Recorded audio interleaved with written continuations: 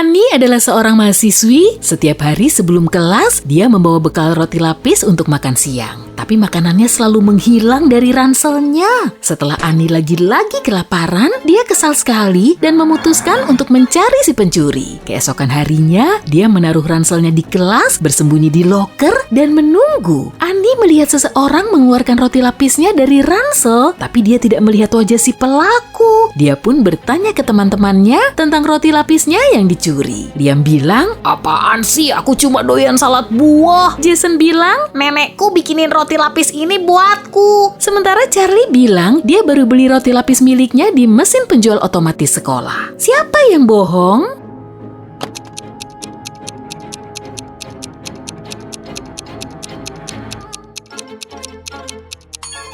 Tidak ada selada di roti lapis Ani, jadi pasti Jason pencurinya.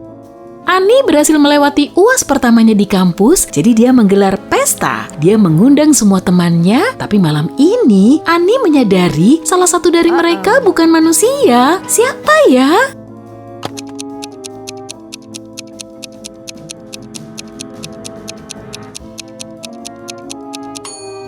Ini nih, Handy. Kedua sepatunya sisi kanan semua.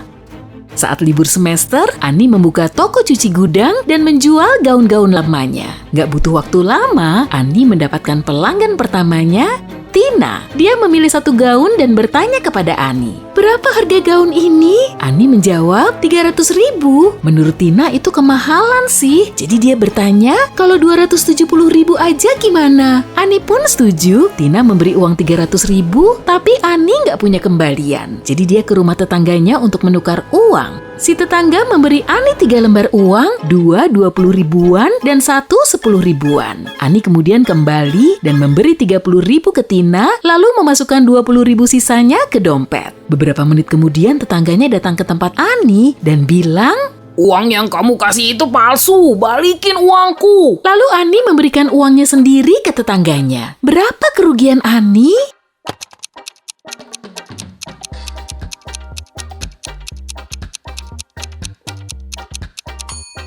Pertama, Ani memberi gaun tadi secara gratis dan harga aslinya 300.000 sebelum diskon. Lalu dia harus memberi uang 50.000 dari kantongnya sendiri ke tetangganya. Jadi, totalnya Ani sudah rugi 350.000 rupiah. Kemudian Ani mengajak sahabatnya Nina main seluncur es di taman. Beberapa saat kemudian mereka lapar dan membeli burger. Mereka memilih topping yang sama dan menuangkan banyak saus. 10 menit kemudian Nina mual dan Ani menelpon ambulans. Para medis membawa Nina ke rumah sakit dan mendiagnosis keracunan parah. Kira-kira saus mana yang ada racunnya?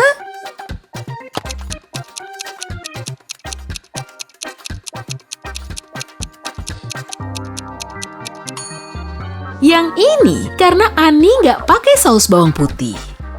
Saat Nina sudah membaik, Ani mengajak dia jalan-jalan. Mereka melihat satu rumah paling seram dan memutuskan masuk. Aduh, ada-ada aja. Saat mereka masuk, pintu di belakang mereka tiba-tiba menghilang. Sekarang mereka punya 3 jalan keluar. Ada zombie di balik pintu pertama, vampir seram menunggu di balik pintu kedua, dan ada hantu penasaran di balik pintu ketiga.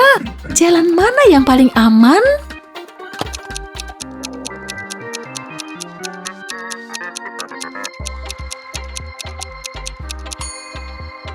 Mereka harus memilih pintu ketiga. Si hantu mungkin seram, tapi tidak berbahaya. Ya, paling suaranya aja yang seram. Nina dan Ani sekarang ada di ruangan selanjutnya. Pintu keluar terbuka dan mereka berlari ke sana. Tapi penyihir tua tiba-tiba muncul dan berteriak, "Hehehe, tidak semudah itu. Kalian harus memecahkan teka-tekiku dulu. Kenapa kata-kata ini berurutan?" Nina dan Ani gagal memecahkan teka-teki ini. Kalau kamu gimana?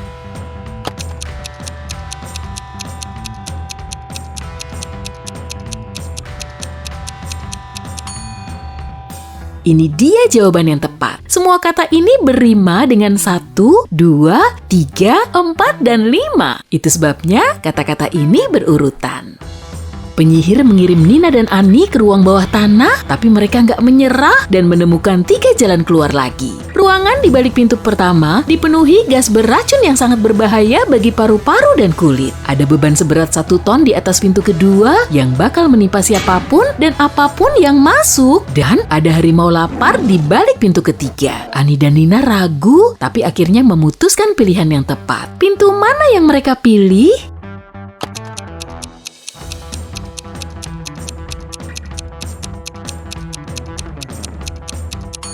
Nina melepas dan melempar sepatunya ke lantai di ruangan kedua. Beban tadi merusak sepatu Nina, tapi mereka bisa masuk dan menutup pintunya, lalu mereka kabur lewat jendela.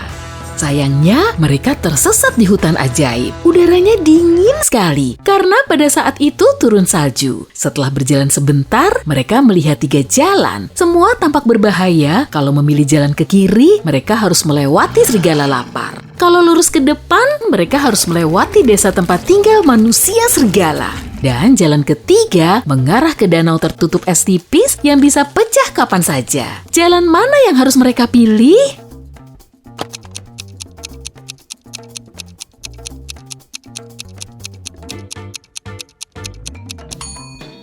Mereka harus memilih jalan kedua. Lihat langitnya deh, ini malam bulan baru. Manusia serigala cuma berbahaya saat bulan purnama. Nina dan Ani sampai di rumah dengan selamat, tapi seseorang merampok apartemen mereka ketika mereka sedang pergi. Mereka menelpon polisi dan polisi menginterogasi 3 tetangga. Jeffrey bilang, "Sepanjang akhir pekan ini, aku mancing bareng teman-temanku." Halda bilang, "Aku nggak keluar rumahku. Sepanjang akhir pekan ini aku ngecat dinding apartemen karena aku suka warna cerah." Sementara Lucy bilang, dia karaokean bersama teman dan nggak dengar suara yang mencurigakan. Siapa yang berbohong?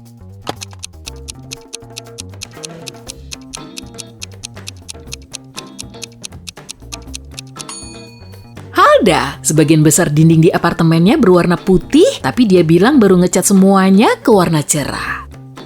Nina mendapat pekerjaan di toko buku, dan di hari pertamanya bekerja, dia menemukan jam tangan antik di lantai. 3 orang datang untuk mengambilnya. Kevin bilang, "Aku beli jam tangan ini dari gaji pertama bertahun-tahun lalu." Violet bilang, "Ini jam tangan warisan kakekku." Sementara Dylan bilang, "Jam tangan ini harganya nggak ternilai. Ini kado hari jadi pernikahan kelima kami dari istriku." "Apa kamu tahu jam tangan siapa ya ini?"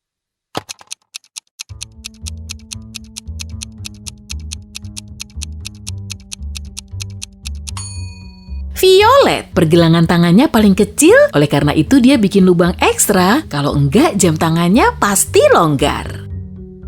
Ani berkencan dengan Jerry. Begitu Ani sampai di apartemen Jerry, Jerry berubah menjadi penyihir jahat. Jerry mau ngerjain Ani dan bilang, "Aku bakal bebasin kamu, tapi besok buatkan aku sarapan. Kalau lumayan enak, kamu bakal bebas. Kalau nggak enak, kamu bakal tinggal di sini selamanya." Wah. Keesokan paginya Ani ke dapur dan mulai memasak, dan saat berbalik dari kompor, Jerry menuang sekotak garam ke panci. Saat Ani menyajikan sarapan, Jerry malah berpikir dia harus membebaskan Ani. Apa sih yang Ani masak?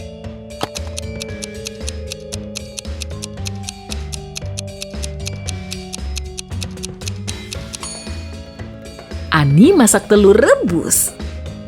Ani mendapat pekerjaan baru, dia harus membantu pengawas kereta api. Suatu hari mereka menghadapi masalah besar, kereta yang lebih cepat mendekat ke arah yang lambat. Menurut jadwal, kereta yang lebih lambat harus membiarkan kereta yang lebih cepat lewat lebih dulu. Ani pun menyarankan untuk memakai jalur kereta api tambahan, tapi jalur ini terlalu pendek untuk kereta yang lebih lambat. Ani bingung, tapi akhirnya dia menemukan solusinya. Apa yang dia sadari?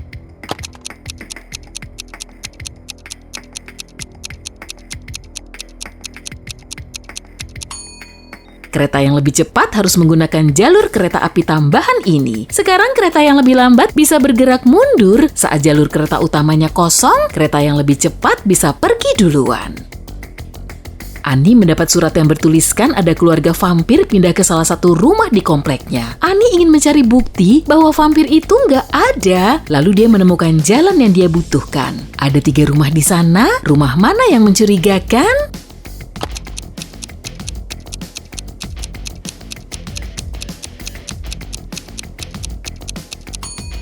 Lihat jejak kakinya deh. Aneh banget kan? Dari rumah A dan C ada jejak masuk dan keluar. Artinya ada yang datang dan meninggalkan kedua rumah ini. Untuk rumah B, jejak kakinya cuma mengarah ke dalam, jadi ini pasti rumah keluarga vampir itu.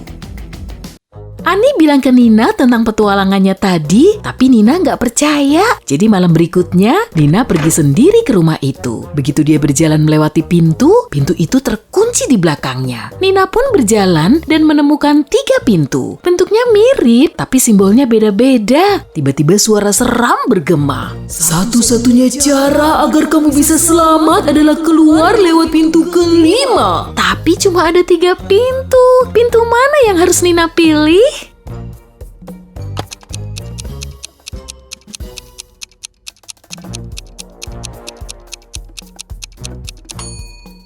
Lihat simbolnya deh, semuanya adalah angka yang berhadapan. Jadi Nina harus memilih pintu pertama, simbol ini terdiri dari 2 angka 5 yang disatukan. Ini pasti pintu kelima yang dia butuhkan.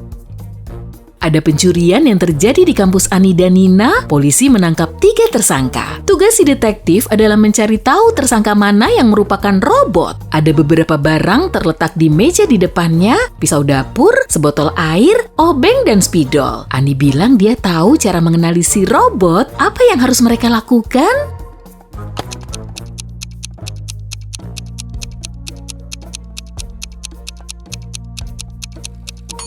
Detektif harus meminta masing-masing dari mereka minum air dari botol. Si robot pasti akan menolak kalau nggak mau badannya korslet kan? Suatu hari Ani pergi ke rumah neneknya. Neneknya tinggal sendirian di pedesaan. Cuma ada beberapa toko di dekat sana tanpa tempat hiburan lain ataupun tetangga. Ani bosan dengan kehidupan di kota dan ingin menghirup udara segar selama beberapa minggu. Pacarnya Chandra mengizinkan dan keesokan harinya setelah Ani pergi, Chandra mengirim chat untuk menanyakan keadaan Ani. Ani bilang semuanya baik-baik aja, lalu Ani mengirimkan foto selfie. Chandra melihat foto itu dan tahu kalau Ani udah bohong. Kok bisa?